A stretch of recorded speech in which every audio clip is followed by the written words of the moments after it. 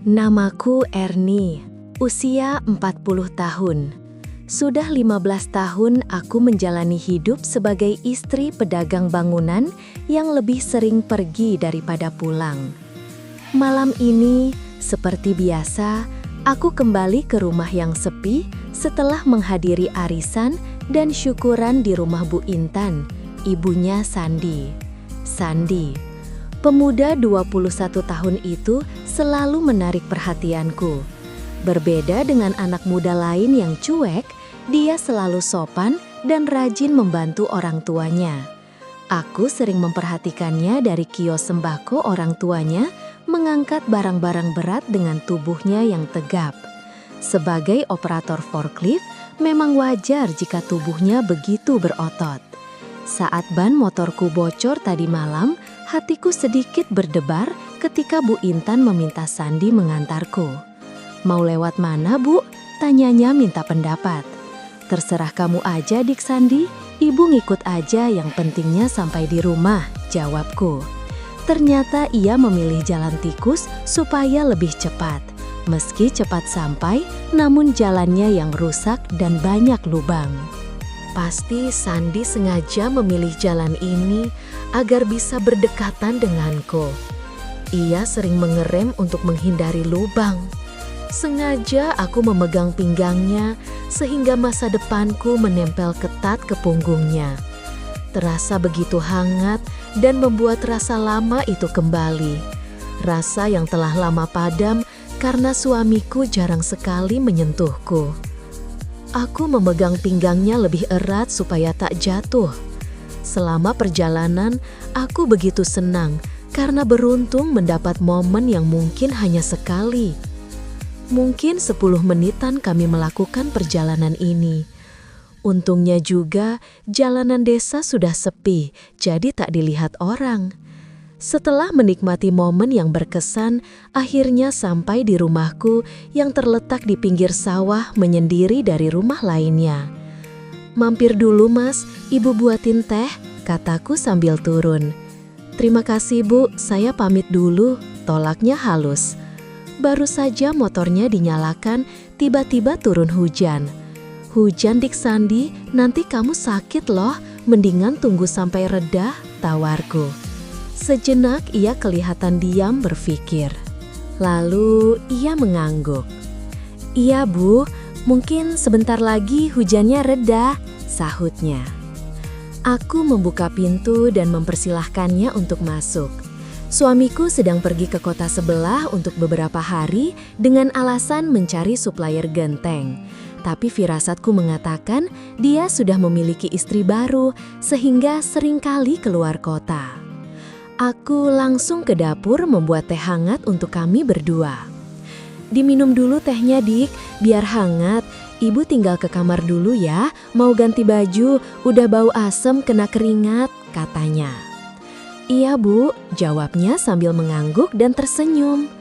Aku merasa senyumnya manis dan kayaknya ada rasa lain pada diriku.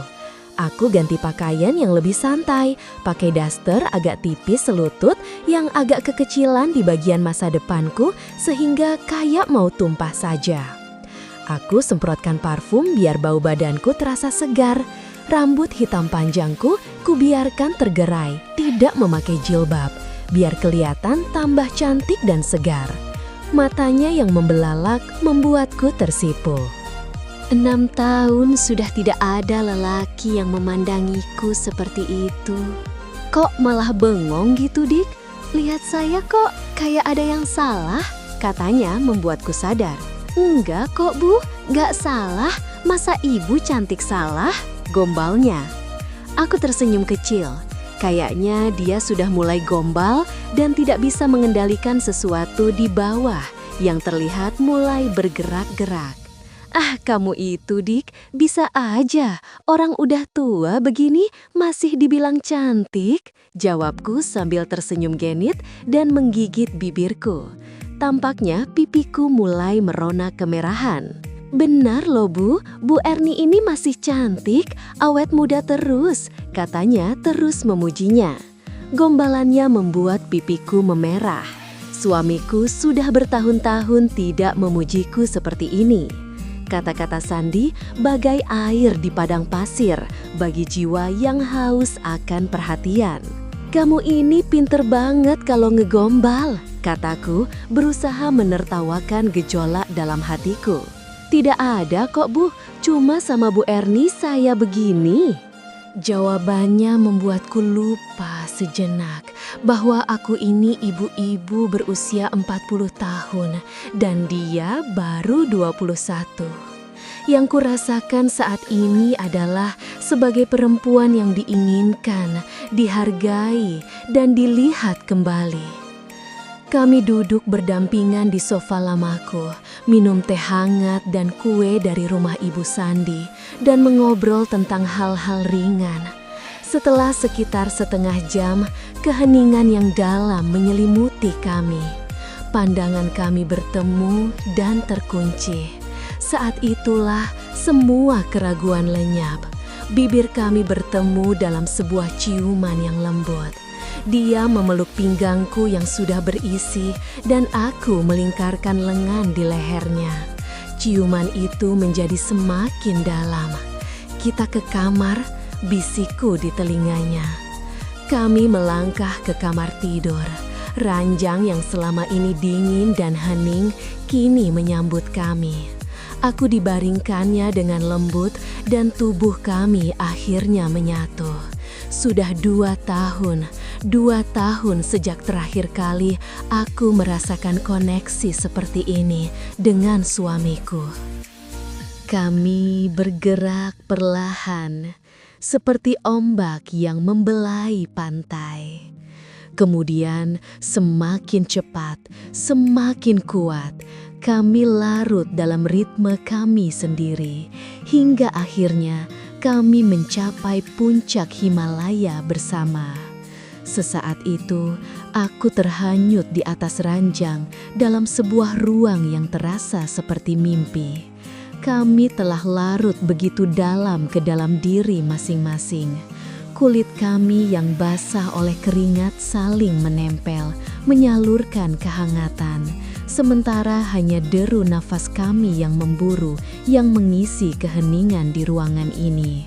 Setelah nafas kami mulai teratur, "Bu, aku mulai lagi ya," kata Sandi tersenyum nakal membuatku terbang melayang. Dengan gerakan yang sensual, Mardi memposisikan tubuhnya di atasku.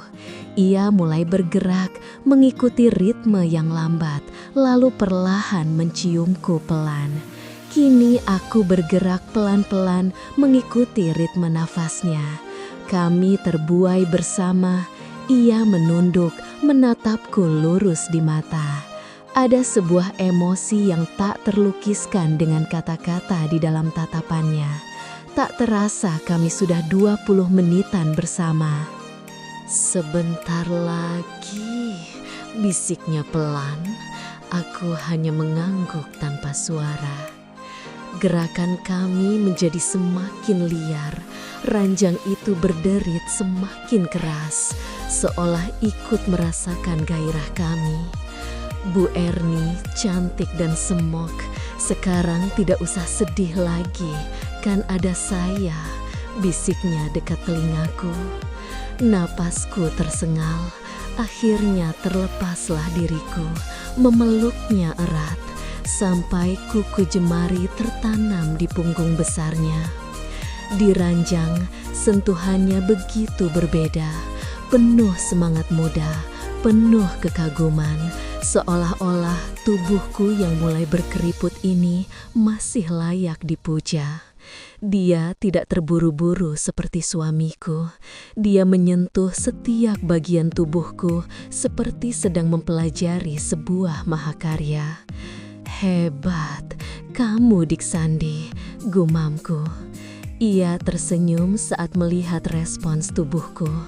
Aku sendiri terkejut betapa cepatnya tubuhku merespons sentuhannya, seperti bunga yang kembali mekar setelah sekian lama kekeringan.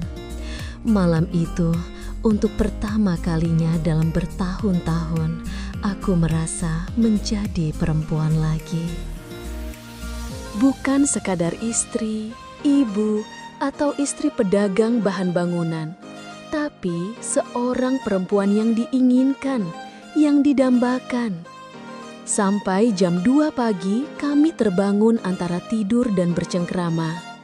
Aku bercerita tentang kesepianku, tentang pernikahan yang mulai hambar, dan dia mendengarkan dengan serius. Tidak pernah ada yang mau mendengarkan keluh kesahku seperti ini. Saat dia akan pulang, ada rasa sesal yang menyelinap.